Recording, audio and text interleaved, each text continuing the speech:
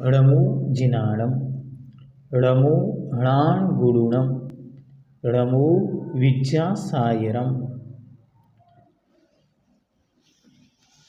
महाकवि आचार्य भगवंत ज्ञान सागर जी महर्षिराज के पवित्र दिव्य जीवन का महान सानिध्य जिन्होंने महान गहराइयों के साथ प्राप्त किया, ऐसी महान विभूति आचार्य भगवंत विद्यासागर जी महाराज के द्वारा यह महान कृति का महान सृजन हुआ। ये मूकमाटी महाकाव्य वास्तविकता में एक आध्यात्मिक महाकवि की आत्मा का संगीत है। एक महाकवि जो महान तम आत्मा की गहराइयों में डूबा था, उस अनंत गहराई में जो उन्होंने प्राप्त किया, उसे इस काव्य के माध्यम से हम सभी के सामने प्रकट किया। महाकवि की इस अलौकिक साहित्यिक योगदान से सृष्टि को एक नई ऊर्जा और एक नई उन्नति प्राप्त हुई।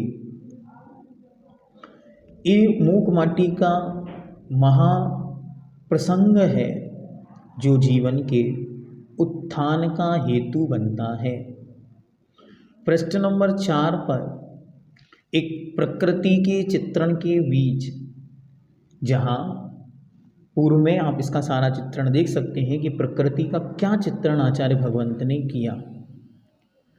यहाँ उस चित्रण में एक तरफ नदी बह रही है जो सरपट सागर की ओर जा रही है, और दूसरी ओर है तुच्छ माटी।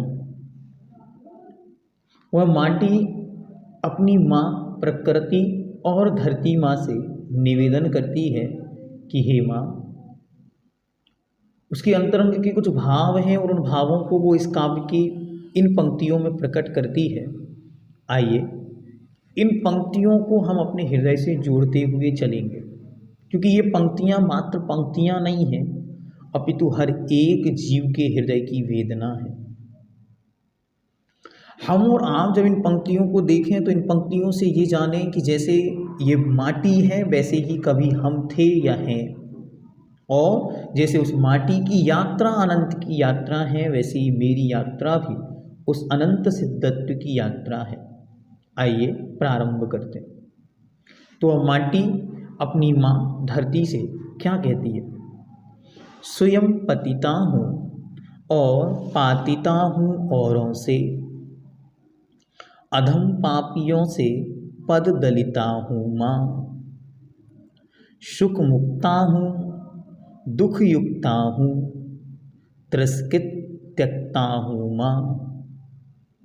इसकी पीड़ा अव्यक्ता है, व्यक्त किसके सम्मुख करूँ, क्रमहीना हूँ पराक्रम से रीता, विपरीता है इसकी भाग्य रेखा। यातनाएं पीड़ाएं कितनी तरह की वेदनाएं, कितनी और आगे कब तक पता नहीं, इनकी छोर है या नहीं। श्वास श्वास पर नासिका बंद कर आर्त गुली घूंट बस पीती ही आ रही हूँ, और इस घटना से कहीं दूसरे दुखित ना हो। मुख पर घूंघट लाती हूँ, घुटन छुपाती छुपाती घूंट पीती जा रही हूँ, केवल कहने को जीती ही आ रही हूँ। माँ, इस पर्याय की इति कब होगी, इस काया की च्युति कब होगी, बता दो माँ इसे, इसका जीवन यह उन्नत होगा या नहीं।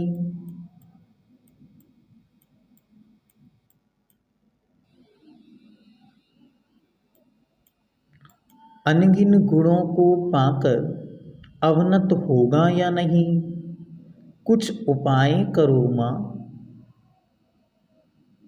खुद अपाए हरो माँ। और सुनो विलंब मत करो, पद दो पथ दो पाथेय भी दो माँ। ये उसके हृदय की महान पीड़ा है। इसके एक एक शब्द में अनंत वेदना है। उस संपूर्ण वेदना को उस माटी ने अपनी माँ धरती, अपनी माँ प्रकृति के सामने खोल दिया। मानो अपने हृदय को खोल कर वह अपनी अनंत वेदना कह रही हो। मैं एक आत्मा अपने उस परम पवित्र परमात्मा के सामने खड़े होकर, हाथ जोड़कर और आँखों में नीर भरकर उनकी ओर निहार कर मत प्रार्थना कर रहा हूँ, हे भगवान, स्वयं पतिता हूँ। मैं कैसा हूँ? मैं पतित हूँ। पतित कौन है? जो सबसे नीचे स्तर का है। मैं कौन हूँ? भगवान, मैं पतित हूँ। कैसा पतित हूँ? और पातिता हूँ औरों से। एक तो मैं स्वयं पतित हूँ, निचली अवस्था को प्राप्त हूँ, कर्मों की दशा से व्यथित हूँ। मैं पूर्व उपार्जित, पूर्व में बांधे हुए कर्मों के उदय में निचली अवस्था को प्राप्त हुआ हूँ और अधम पापियों से पददलिता हूँ। जो अधम हैं, जिनकी कर्म खोटे हैं, जो अहंकारी हैं, पैसे के, सम्मान के मद में अनेक पदों पर विराजित हो गए हैं, उनके द्वारा मैं सदा ही तिरस्कृत हूँ, अर्थात उनके पैरों के नीचे मैं दबा जा रहा हूँ। उनके अभिमान मुझे रौंद रहे हैं। दूसरों की बुरा करने में जिनकी बुद्धि है, ऐसे अधम पापियों से मैं पद दलिता हूँ, अर्थात मैं रौंदी जा रही हूँ। भगवान, मैं पतित हूँ, कहाँ पड़ा हूँ? क्या मेरा स्वरूप था और मैं कहाँ आ गया हूँ? मैं पातिता हूँ औरों से, और मैं कर्मों से, कर्मों के बंधनों से और मोह जनित इन प्रवृत्तियों से और पतित होता जा रहा हूँ। अधम पापियों से पद दलिता हूँ। पद मतलब होता है पैर, और दलिता मतलब नीचे, पैरों के नीचे, न जाने किन किन की अहंकारों के नीचे मैं दबा जा रहा हूँ। सुख मुक्ता हूँ। भगवान, मैं सुख से रहित हूँ।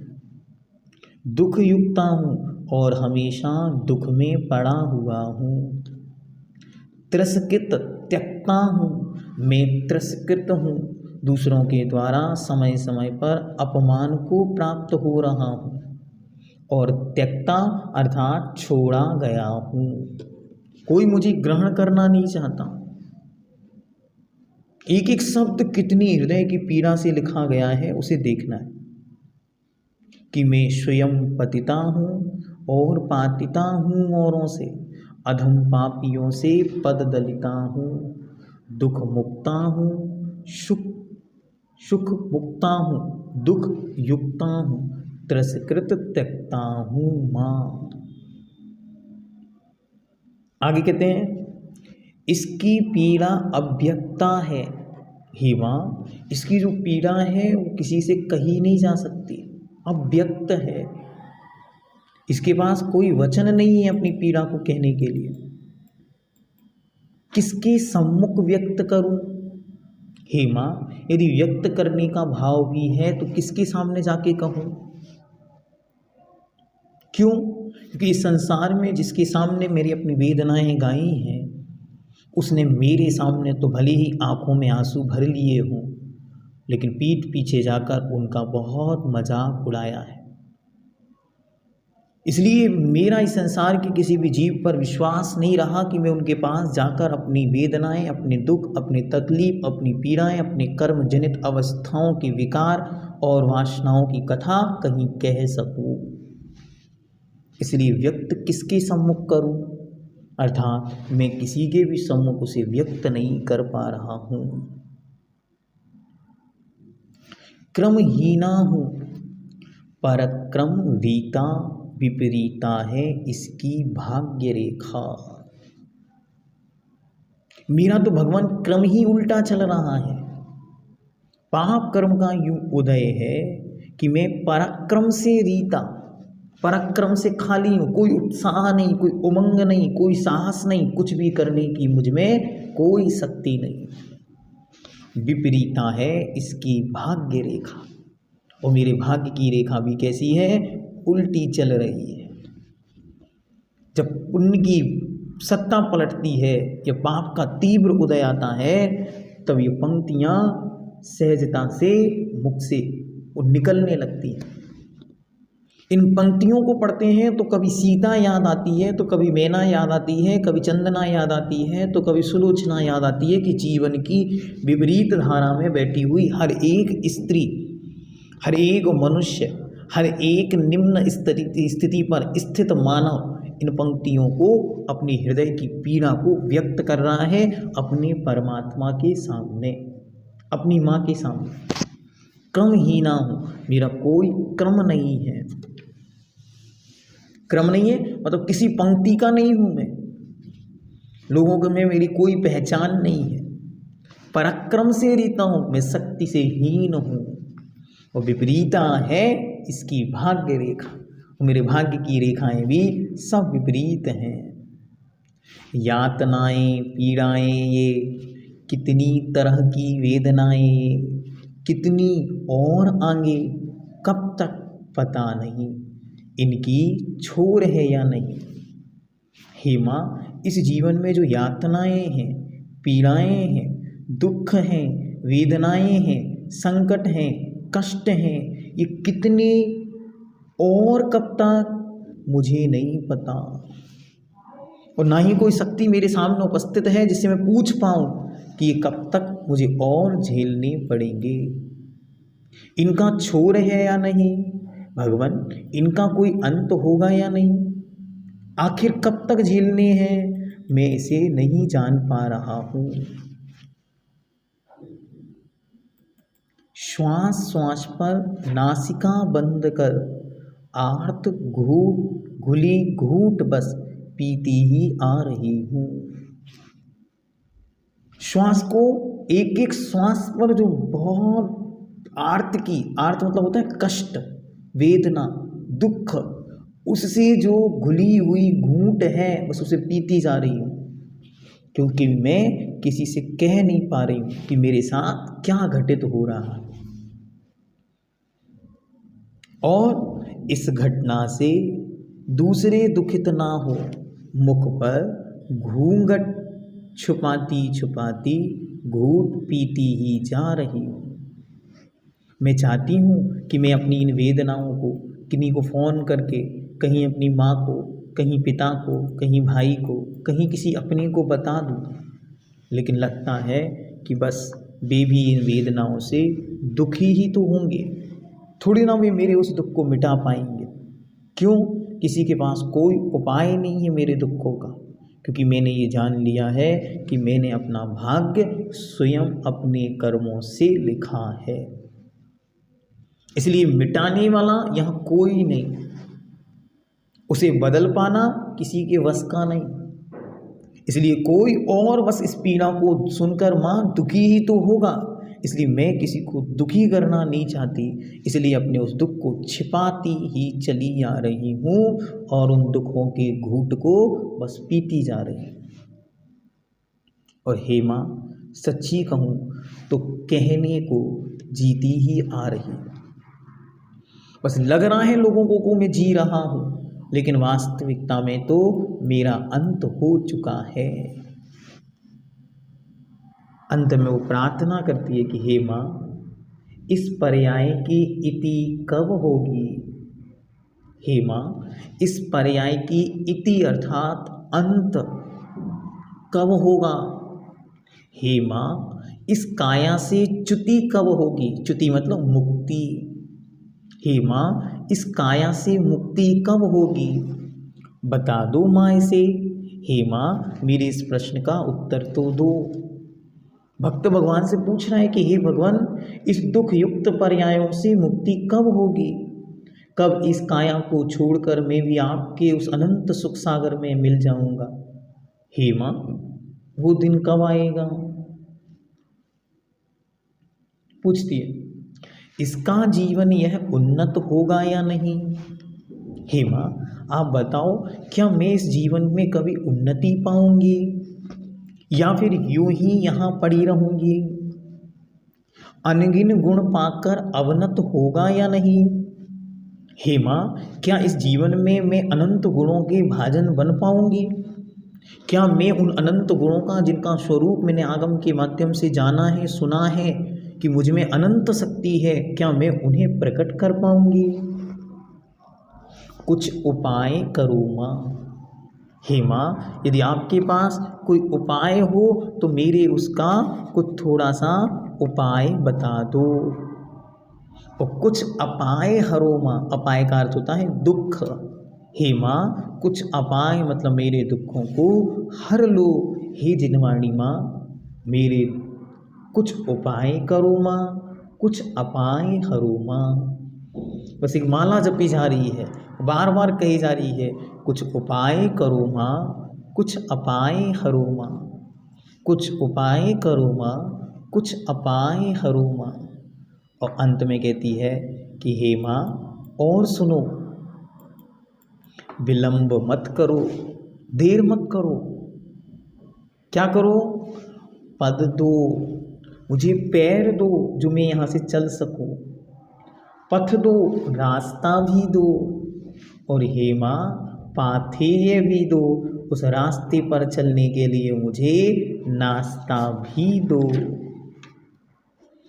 हे माँ, मुझे पैर भी दो, चलने के लिए रास्ता भी दो, और उस रास्ते के लिए नाश्ता भी दो।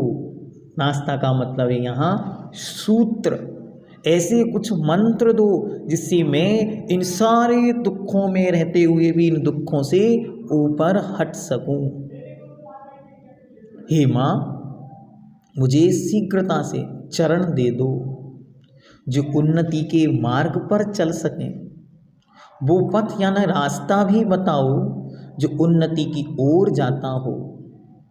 साथ ही साथ पाथेय यानी कुछ ऐसे सूत्र, ऐसे मंत्र और ऐसे वाक्य अमृत भी दो जो पथ पर चलते समय मुझे सहारा और शक्ति प्रदान कर सकें। हे माँ, मुझे यहाँ से मुक्ति का कोई उपाय करो माँ, कुछ अपाय हरो माँ। ये पंक्तियाँ याद कर लें, रोज भगवान के सामने बोलें, कुछ उपाय करो नाथ, कुछ अपाय हरो नाथ, और सुनो, विलंब मत करो। हे नाथ, पथ दो, हे नाथ, पद दो, पथ दो, पाथेय भी दो। और जिनवाणी के सामने, हे भगवती, हे माँ, कुछ उपाय करो, कुछ अपाय हरो, और सुनो, विलंब मत करो। पद दो, पथ दो, पाथेय भी दो। और फिर वातावरण शांत हो जाता है। वातावरण की शांति में क्या स्थिति बन रही है उसे यहाँ बतलाते हैं। और महाकवि लिखते हैं, फिर कुछ क्षणों के लिए मौन छा जाता है।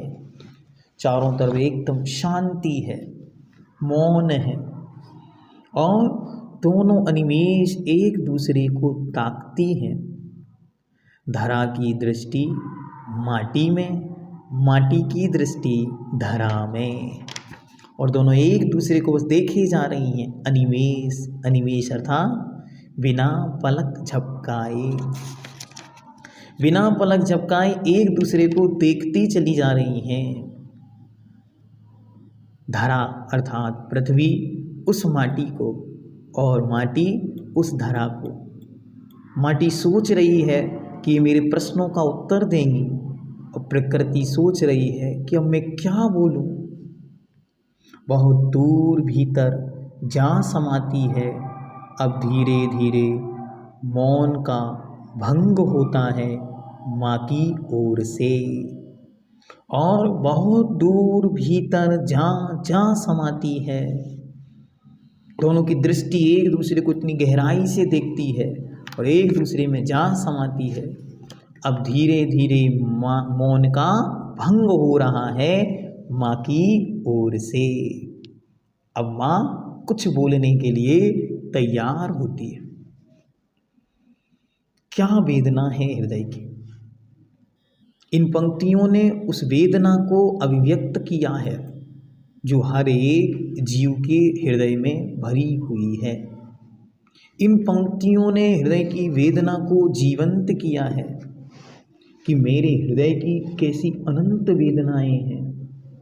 उन अनंत वेदनाओं का अंत होगा या नहीं, यहाँ मुक्ति का कोई उपाय होगा या नहीं, या फिर ये यात्रा जैसे अनंत काल से चली आ रही है वह अनंत काल तक यूं ही चलती रहेगी क्या। तो ये मूक माटी के माध्यम से एक प्रश्न आचार्य भगवंत इस संपूर्ण सृष्टि के उन पामर पतित दलित जीवों की ओर से उस सृष्टि के महान शासक जिसे कहा जाता था और जिसे अवधारणाओं में ब्रह्मा विष्णु महेश की उपमाएं देकर लोगों ने कहा था, उससे पूछते हैं क्या ये सच्चाई है क्या। तो उत्तर मिलता है नहीं, न इस सृष्टि पर कोई किसी को बनाने वाला है, न कोई यहाँ किसी को चलाने वाला है, न कोई यहाँ किसी को मिटाने वाला है। ये पीड़ा है एक हर एक स्त्री की। वो चाहती है कि मुक्ति मिले, छूट जाऊं मैं इस परिवार से, कहीं मैं भी संन्यास धारण कर लूं, कहीं जाकर मैं भी व्रती बन जाऊं, कहीं जाकर मेरी आत्मा में उस अनंत सुख की अभिव्यक्ति हो जाए, कहीं जाकर इन दुखों से मैं पार हो जाऊं। लेकिन कुछ नहीं कह पाती, अव्यक्त है, अनिर्वचनीय है और एक मौन है। लेकिन उसकी माँ उसे कुछ समझाती है। आइए अब हम भगवती जगत कल्याणी जिनवाणी के दिव्य चरणों की ओर चलेंगे, जो धरती माँ बनकर और अपनी माटी रूपी बेटी को संबोधन करेगी। अगली पंक्तियाँ पृष्ठ नंबर 6 की ओर।